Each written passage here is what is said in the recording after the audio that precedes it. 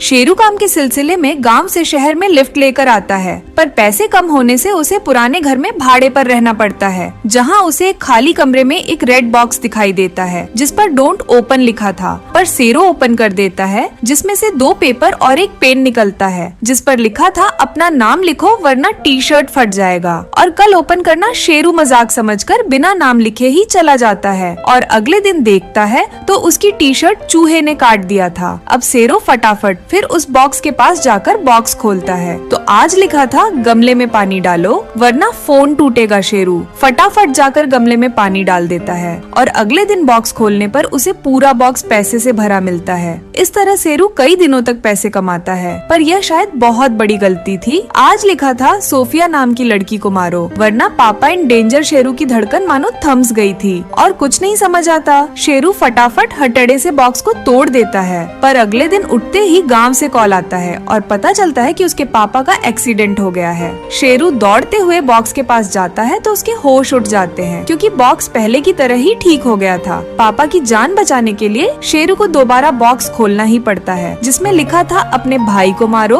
वरना मम्मी मरेगी। शेरू के पसीने छूटने लगते हैं और आंसू रुक ही नहीं रहे थे। तभी शेरू भागते हुए शेरू बाबा के पास जाता है और रोते हुए सारी बातें शेरू बाबा को बताता है। शेरू बाबा घर आकर बॉक्स को खोलते हैं जिसमें लिखा था शहर छोड़ दे वरना तू मरेगा। शेरू बाबा अपने ज्ञान से जादुई मंत्र पढ़ते हैं जिससे द रेड बॉक्स को मंत्र से लॉक कर देते हैं और सीरो को गलती से भी बॉक्स को खोलने से मना करते हैं और रात को डर सेम शेरू बेडरूम में सो जाता है। पर अचानक शेरू रात को मानो किसी के वश में होकर अपने आप चलने लगता है और जाकर रेड बॉक्स को ओपन कर देता है। शेरू रोते हुए शेरू बाबा को फोन लगाता है, तब पता चलता है शेरू बाबा का घर गिरने से थोड़ी ही देर पहले मौत हो गई। शेरू को कुछ समझ नहीं आता और पागलों की तरह अपना बाल नोचने लगता और तभी शेरू को बॉक्स के पास एक पेपर पड़ा दिखाई देता है जिसमें लिखा था रोज बॉक्स खोलना पड़ेगा वरना सब मरेंगे। शेरू को कुछ समझ नहीं आता और रोते हुए किचन में जाता है और बेचारा चाकू से खुद को ही मारने जा रहा था, पर अचानक वो डिसाइड करता है कि वो अपने मम्मी को बचाएगा और शेरू चीखते हुए शहर के रोड पर दौड़ने लगता है और तभी उसे वहीं से आता हुआ लोमर दिखाई देता है। शेरू रोते हुए फुटपाथ पर पड़ी लकड़ी को उठाता है और पूरी ताकत लगाकर जोर से फेंकता है और लोमर गिर जाता है।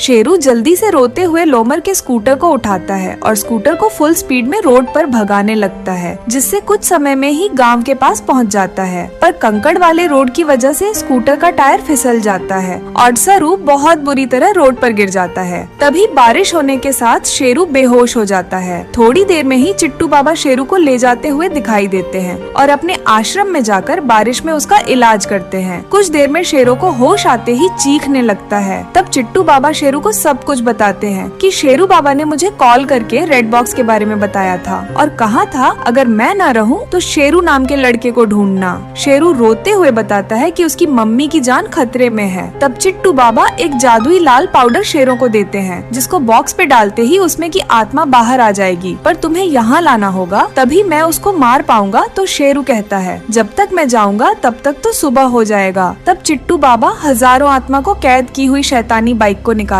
हैं जिसको शेरू फुल स्पीड में चीखते हुए भगाता है और सिर्फ मिनटों में ही अपने घर पहुंच जाता है। शेरू फटाफट लाल पाउडर को बॉक्स पर डाल देता है। तभी शेरू चौंक जाता है क्योंकि उसमें से तेज रोशनी निकलती है और देखते ही देखते बॉक्स में से डरावनी हंसी के साथ चुड़ैल निकलती है और वहीं खड़े होकर शेरू को घूरने लगती है। शेरू डर के मारे कांपते हुए चीखने लगता है। तभी चुड़ैल तेजी से शेरू के पीछे दौड़ने लगती है। शेरू दौड़ते हुए सड़क पे आ जाता है, पर तभी याद आता है कि बाइक तो पीछे घर पर ही रह गया। शेरू पीछे मुड़ के देखता है तो चुड़ैल उसके पीछे ही थी। तभी वही लोमर दावा लेकर साइकिल से जाता हुआ दिखाई देता है। शेरू जल्दी से रोड पे पड़े पत्थर को उठाता है और जोर से फेंककर लोमर को वही साइकिल से गिरा देता है। शेरू साइकिल उठाकर तेजी से वहाँ से भागने लगता है, पर चुड़ैल शेरू का पीछा छोड़ ही नहीं रही थी जिससे पीछा करते करते चुड़ैल आश्रम के पास पहुँच जाती है। वहीं चिट्टू बाबा एक पेड़ पर खड़े होकर आग वाला तीर चलाते हैं जिससे चुड़ैल कैद हो जाती है, पर फिर भी वो हंसती रहती है और देखते ही देखते आग के घेरे को हवा में उठा लेती है और अपने पीछे आग के घेरे को ले जाती है। तभी हाथ फैलाते ही पूरा आग टुकड़े होकर गांव को जला देती है, जो देखकर तो चिट्टू बाबा के भी होश उड़ जाते हैं। चिट्टू बाबा चिल्लाकर छुपने को बोलते हैं क्योंकि वो कहीं से भी हमला कर सकती है और बाबा चीखते हुए चुड़ैल की तरफ दौड़ते हैं और उछलकर चुड़ैल को एक जोरदार पंच मारते हैं, पर भागते हुए जाकर एक घर में छुप जाते हैं। तभी चुड़ैल दीवार तोड़कर घर में घुस जाती है और अचानक चिट्टू बाबा उछलकर पूरी ताकत से पंच मारते हैं, जिससे चुड़ैल दीवार तोड़ते हुए बाहर निकल जाती है और हवा में चीखते हुए दूर फेंका जाती है और धड़ाम से जाकर एक के से जोर से टकराकर खाती है। तभी चिट्टू बाबा शेरू को कुछ इशारा करते हैं, जो देखकर शेरू डर के मारे टेंशन में आ जाता है। पर तभी चुड़ैल उठकर हाथों से जादू करती है और अचानक एक बड़ा सा पेड़ बाबा के ऊपर गिर जाता है, जिससे बेचारे चिट्टू बाबा वहीं दफन हो जाते हैं और चुड़ैल हर घर में अब शेरू को ढूंढने लगती है। तभी से रूह एक बटल पर पीला पाउडर छिड़क दिखाई देता है। असल में चिट्टू बाबा ने देकर बोला था,